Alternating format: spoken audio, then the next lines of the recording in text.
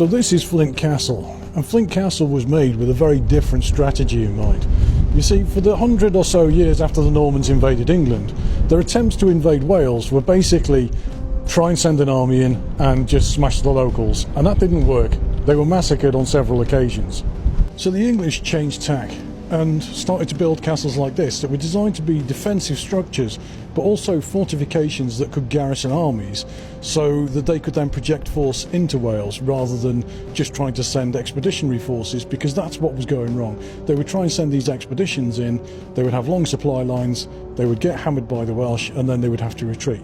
So instead they tried to take it, hold it, take the next bit. And they built Flint Castle, and Flint Castle did okay. But then the Welsh managed to organise resistance because they realised that this Norman invasion was more serious than just raiding parties. So a Welsh prince managed to get all of the Welsh nobles to organise and agree to get together and rebel against the English. Well, they called it rebellion, but really they were fighting to keep their own country clear, so yeah, matter of perspective. So one of the first things they did was smash Flint Castle to the ground. The whole of Flint was burnt. It was built as an English colony, and it was destroyed.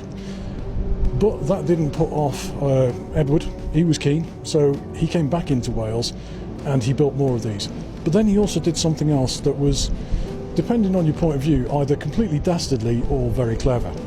See, one of the things that Edward realised was that you couldn't just smash the Welsh by sending raiding parties. You had to actually break them on a cultural level and on a spiritual level, because one of the reasons the Welsh had done so well was that they had this concept of being an undefeatable nation. They had this idea that they just couldn't be subject to another invading force.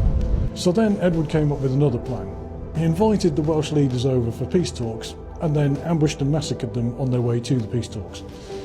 Which worked, I guess. It's either genius or utter betrayal, depends on who you ask.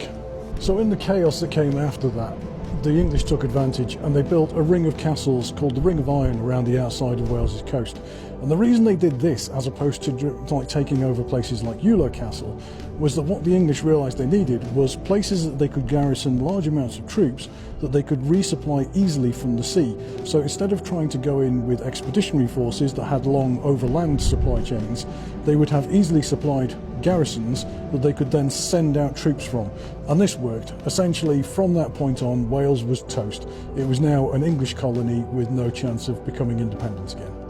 But the violent history of this castle doesn't end there. Flint Castle has seen an awful lot of violence.